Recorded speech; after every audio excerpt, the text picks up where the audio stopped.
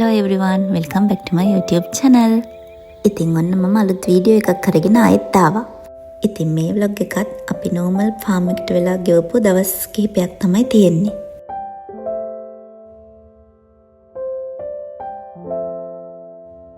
ඉතින් අද හොඳටම අවුව තිබ්බ දවසක් හින්දා මම තීරණය කරා බෙඩ්ෂීට් එහෙම ඔක්කොම අස් කරලා ඒවා සෝදන්න දාලා ගේ අස් කරනවා කියලා.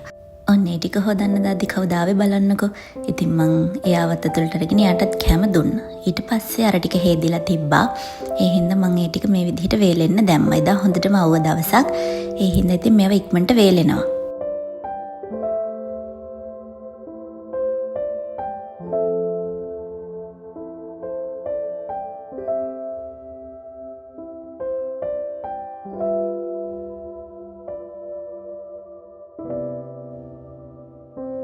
ඉතින් ඒ ටික වේලෙන්න දාලා ඊට පස්සේ මං හිතුවා ෆාම් එක පැත්තේ පොඩ්ඩක් ගිහින් එනවා කියලා.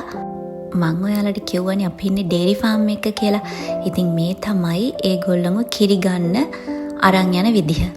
මේ බලන්නකෝ අපිට වඩා පිළිවෙලට ලස්සනට යාලා පොලිමට යනවා නේද?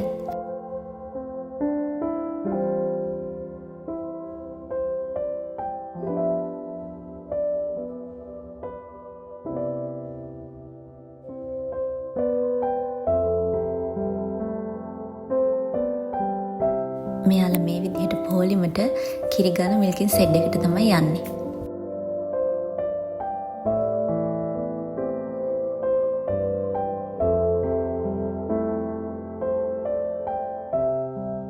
ඔන්න මේ තමයි මම ඒ කියපු කිරි ගන්න සෙඩ් එක.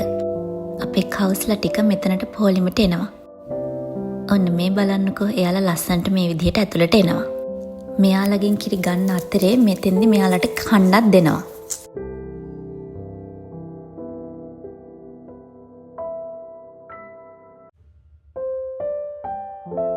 ඔන්න මේ තමයි මම කිව්වනේ යාලට කන්න දෙනවා කියලා. මෙන්න මේකෙන් තමයි යාලට කැම ලැබෙන්නේ. මෙයාලා මෙතනින් ඇවිල්ලා පොලිමට හිට ගන්නවා.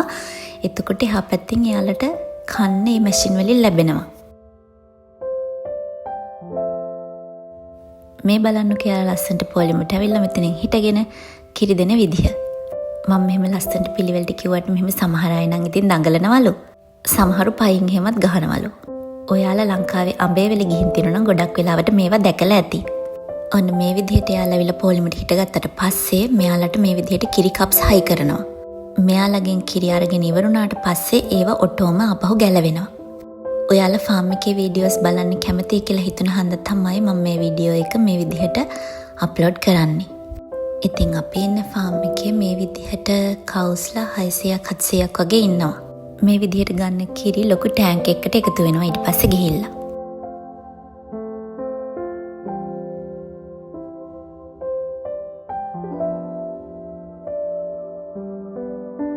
ඔන්න ඊට පස්සේ මං ආසම් වැඩේ තමයි මෙන්න මේගොල්ලෝ කිරි බොන දිහා බලාගෙන ඉන්න එක.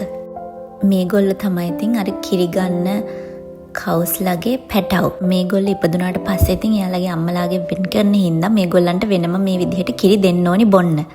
ඉතින් මං හරි ආසයි මෙයාලා මේ විදිහට කිරි බොන විදිහ බලාගෙන ඉන්න. බලන්නකෝ එයාලා බොන විදිහ.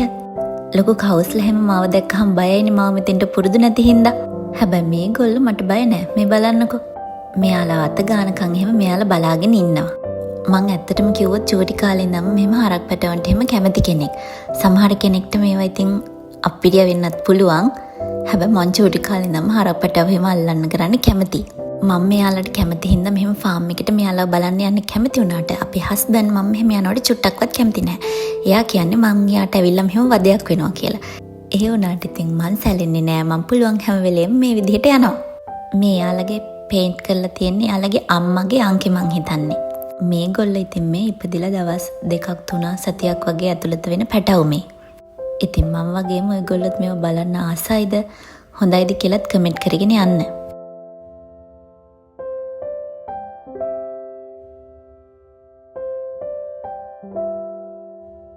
ඔන්න මේ තමයි එදා දවස් ඇතුළත හම්බුණු පැටව. මේගොල්ලන්ට කිරි තනියෙන් බොන්න තේරෙන්නේ නැති හින්දා මේගොල්ලන්ට මෙන්න මේ විදිහට බටයක් ඇතුළට දාලා තමයි ෆීඩ් කරන්නේ. මේවා දැක්කහම ඔයා නර්ස් කෙනෙක් නම් මට මතක් වෙන එකමද ඔයාටත් මතක් වෙන්නේ කියලා කමෙන්ට් කරගෙන යන්න. ඉතින් මේගොල්ලොත් අලුත් ඉපදිච්ච ළමයි වගේ තමයි. ඉපදිච්ච ගමන් හින්දා ඒගොල්ලෝ සමහර වෙලාවට කිරි බොන්න එහෙම හොරයි. ඒ හින්දා තමයිලු මෙයාලට මෙහෙම බටයක් ඇතුළට දාලා පොවන්නේ. ඉතින් මම මේ බලන්න ගිය දවසේ මේ විදිහට අලුතෙන් ඉපදිච්ච අය 5 දෙනෙක් හිටියා. ඉතින් මේ 5 දෙනාටම මේ විදිහට කිරි පොවලෙන්න සිද්ධ වුණා. මේ කිරි දෙන විදිහ නම් මීට කලින් මම දැකලා තිබෙත් නෑ. මාත් දැක්කේ පළවෙනි පාරට තමයි.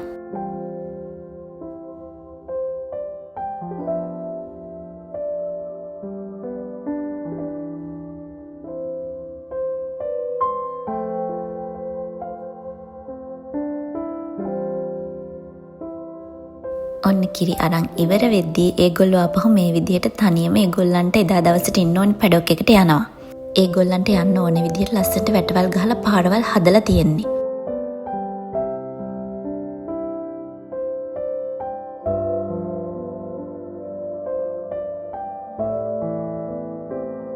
කිරි බීලා බඩ පුරවගෙන ඔන්න මෙයාට නම් හොඳටම නිින්ද ගිහිල්ලා.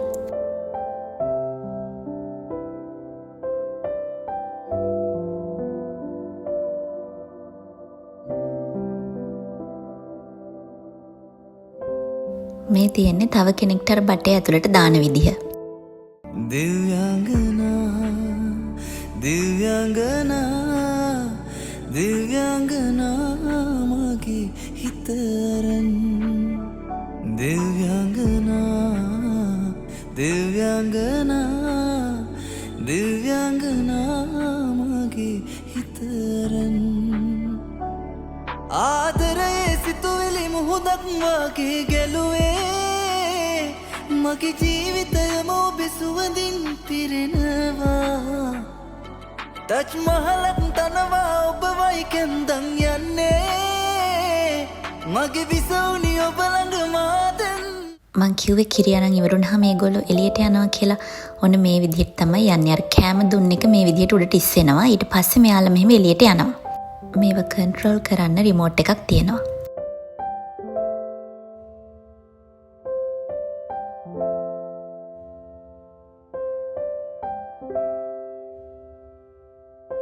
ඔන්න ඊට පස්සේ මම දැක්කේ මොකද්ද බලන්න මේ බලන්නකෝ මෙයා පුළුවන් තරම් කටේ පුරවගෙන මම දැක්කම හකත් බලා ගන්නවා තව.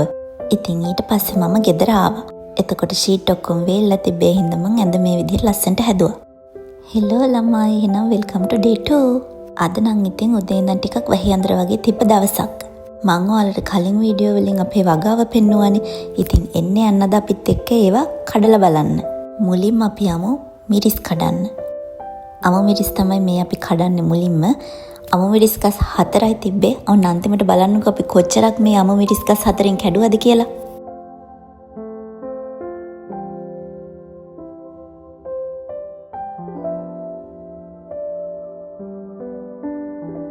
අමු මිරිස් වලින් පස්සේ අර අපි ලංකාවේ හිනි මිරිස් එහෙම නැත්නම් නයි මිරිස් කියන්නේ අන්න ඒවත් මෙහෙම ගස් 4ක් 5ක් තියෙනවා. ඒ වගේනුත් අපි මේ විදිහට ඉදලා තිබ්බේවා කැඩුවා. ඔන්න දැන් බලන්නකෝ අමු මිරිස් කොච්චරක් තිබ්බද කියලා. ඔයාලා දැක්කනේ කිලෝ 4යි 300ක් වගේ තිබ්බ. ඊට පස්සේ බටුත් අපි මේ විදිහට කැඩුවා. අපිට අමු මිරිස් අර ගානට තිබ්බේ ගස් 4කින් කඩාගත්ත අමු මිරිස්සේ. ඊට පස්සේ අපේ යාළුවෙක්ගේ බර්ත්ඩේ පාටි එකක් අද අපේ ගෙදර තියෙනවා. ඒ හින්දා මෙන්න මෙහෙම මගේ යාළුවෙක් ආව අපේ ගෙදර. මං එයාත් එක්ක ගියා මෙහෙම බයික් පදින්න. ඔන්න ඉතින් අන්තිමට බාබිකියු නයිට් එක පටන් ගත්තා. ඒක තමයි ඉතින් අපේ පුංචි පාටි එක. ඉතින් ඔයාලා අපේ වීඩියෝස් බලනවා නම් අපේ වීඩියෝස් වලට කැමති නම් අපේ YouTube channel එක subscribe කරගෙන යන්න.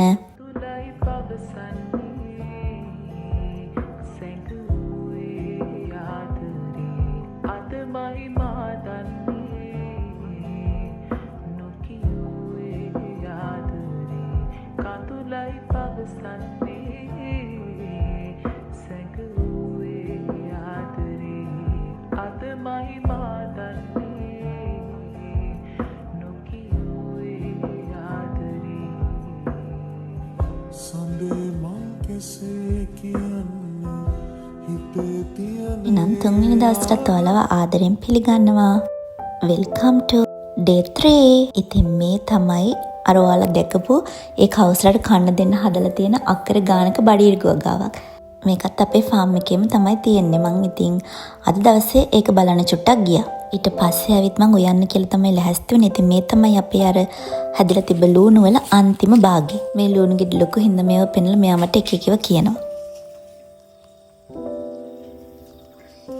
මොකද මූණ විතරේ තියෙන්නේ. ඉතින් අද මගේ මීල් ප්‍රෙප් කරන දවසක්. ඒ හින්දා මං ඉතින් උයන්න පටන් ගත්තා. මේ මම පොලොස් එකක් හදන්න තමයි පටන් ගත්තේ. මෙහි ඉතින් බෝතල් කරපු පොලොස් තමයි අපිට තියෙන්නේ. මෙන්න මේ වගේ කෑලි 10ක්වත් නැති තරම් තමයි මේ අන්තිමට හැදුවට පස්සේ පොලොස් එක. ඊට පස්සේ මම මේ විදිහට බටු මෝජෝ එකක් හැදුවා. මේ විදිහට අර මඤ්ඤොක්ක පොල් දාලා ලංකාවේ වගේ හැදුවා. ඊට පස්සේ මෑකරල් හැදුවා මේ වගේ. ඊට පස්සේ මේ විදිහට ඉස්සෝ එකක් තෙල් දැම්ම අපිට මුරුංග කොළ හම්බුණා. සිතුරු මුරුංග කොළ ටිකෙන් මේ වගේ මැල්ලුමක් හැදුවා. ඊට පස්සේ මේ වගේ පරිප්පු එකක් හැදුවා. ඉතින් මේවා තමයි මම අද උයපු කෑම જાති. ඉතින් මේ කෑම අපි දෙන්න කොහොමද දවස් 3-4ක් වගේ කනවා තියාගෙන. අපි දෙන්න හැමදාම උයන්නේ නෑ ඉතින්.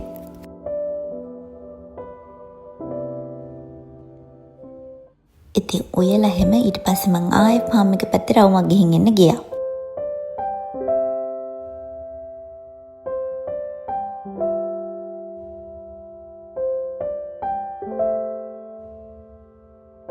ඉතින් මෙන්න මේ වගේ වතුර වලක් දැක්කම ඔයාලටත් මට වගේ පිස්සු හැදෙනවද කියලා කියන්නකෝ. මං හරි ආසයි මේ විදිහට වතුර උඩින් බයික් එකේ යන්නේ, ඒ වගේම වතුරට බැලලා නටන්න.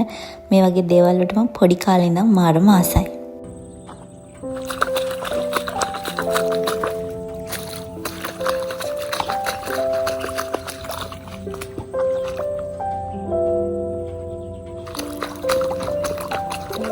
ඉතින් මං ජීවත් වෙන ලස්සන පරිසරයේ ලස්සන ඔයාලත් මෙන්න මෙහෙම විඳගන්නකෝ. මේ වගේ ෆාම් එකේ වීඩියෝස් වලට කැමතිද කියලාත් කමෙන්ට් කරගෙන යන්න.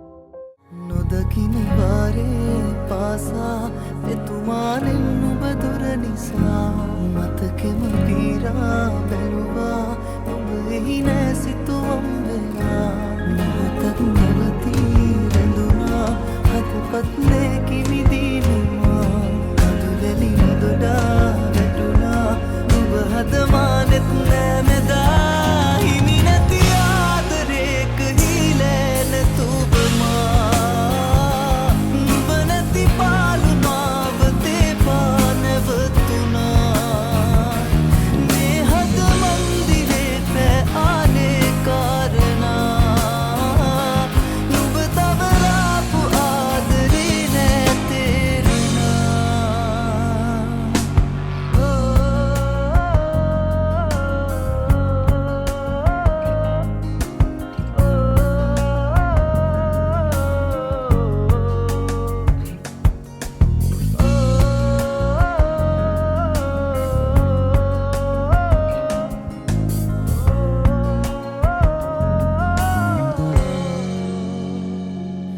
අදක බැඳුනාම ආලේ යන්න හැකි වේද ආයේ නොදැනුනාසේ හදින් මකා දමා මතක පුරවාපු කාලේ එන්නේ නැති වේද මාගේ කඳුළු පිසලන්න නුඹේ සුසුම් හොවා වියකිලා හීන කඳුලේම ගිලිලා මියදිලා ආදරේ මගේ හිතින්මා නොදකින වාරේ පාසා එතුමානෙන් නුඹ දුර නිසා මතකෙම පීරා බැලුවා නුඹ එහි නෑ සිතුවම් වෙලා මොහොතක් නැවතී රැඳුනා හදපත් නේ කිමිදී.